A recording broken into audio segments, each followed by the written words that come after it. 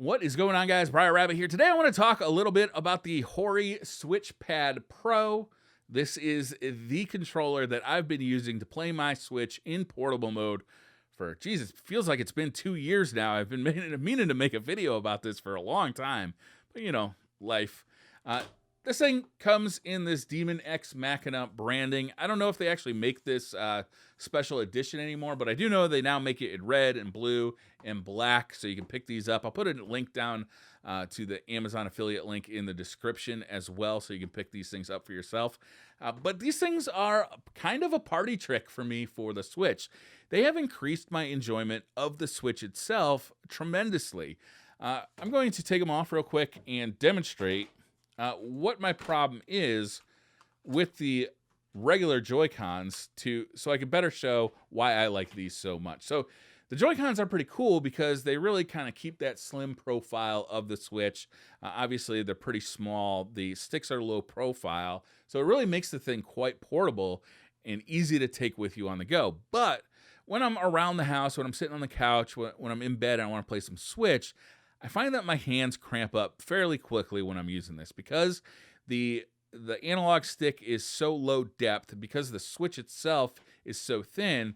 My hands are basically doing this the whole time, and eventually that leads for me to hand cramps. Also, I play a lot of 2D games. I like to play the NES classics. I like to play the SNES classics that are on the Switch, and not having a D-pad, to be honest with you, it sucks. It's just this 4-button thing. I understand that they were going for this feature where you can give both Joy-Cons to 2 different players and play 2-player games. I don't use my Switch that way. I'd much prefer to have a D-pad here. The analog sticks are so small and they have such limited range of motion that I don't feel like they really function that well as analog sticks. They're almost like D-pads in and of them themselves. And also these shoulder buttons and triggers, they're so small that I just, the whole thing, it's so small. I'm always supporting the entire weight of the Switch with my pinkies as well, as you can see me doing here. The whole thing, it's great for portability, but it's not great for long-term play for me with adult-sized hands. So when I saw these Hori SplitPad Pros come out, I ordered them, and I've been using them ever since. And they use the same docking mechanism with the button release mechanism back here and the slide rails as the regular Joy-Cons. And they've really increased my playtime on the Switch. So I'll just get back to the lady singing here.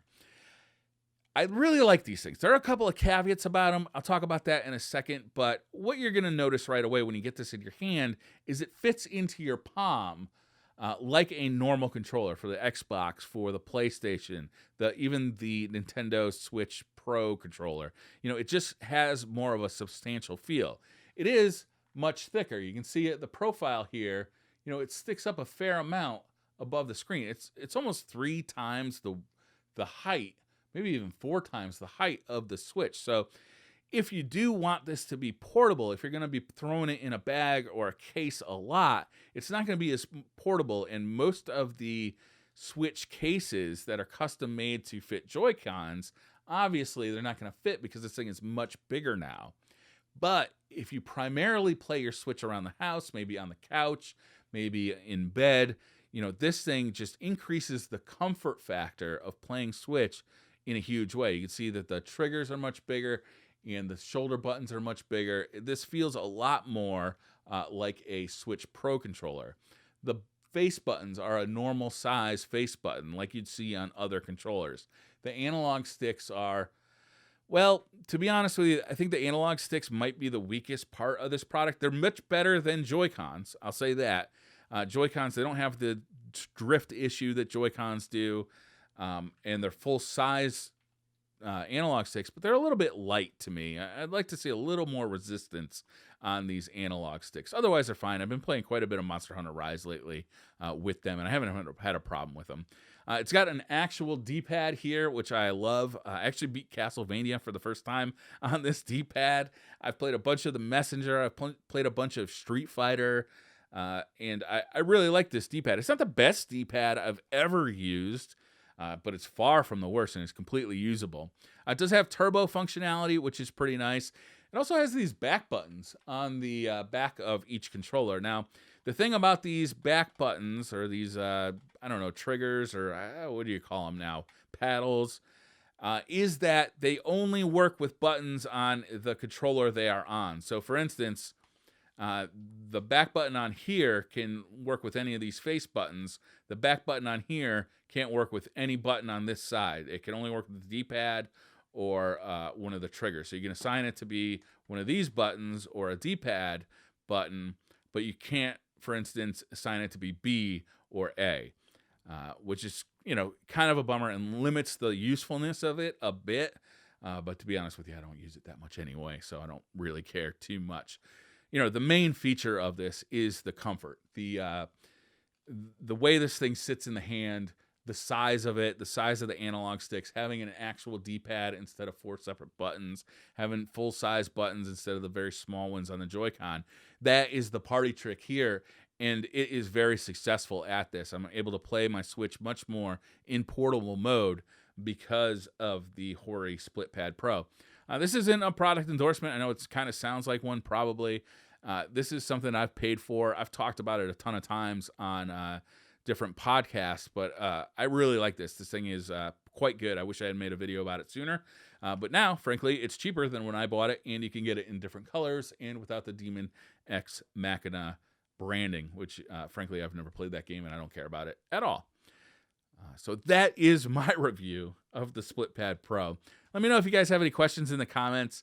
A couple of questions. Right off the bat, you should know it doesn't work remotely. There's no battery in this thing.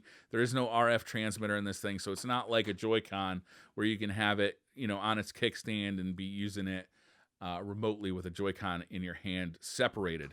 This does not work when it's separated. There's no battery to this. It has to be plugged in to be powered on. Also, it does not allow you to use the kickstand at all. Because of the size of the grips, it just kind of flops over if you try and use a kickstand. So, keep those things in mind. It does take away some functionality that you may be used to with a Joy-Con. But, for playing any 2D games, having a D-pad is wonderful. And frankly, for longer PlayStations, having just a bigger grip-style controller for the Switch is awesome. But it does limit functionality. You don't have the remote play functionality. Obviously, it's much bigger. It's not going to fit in a case or anything like that. So that's going to do it for this video, guys. Let me know if you have any questions down in the comments below, and I'll see you guys next time. Bye.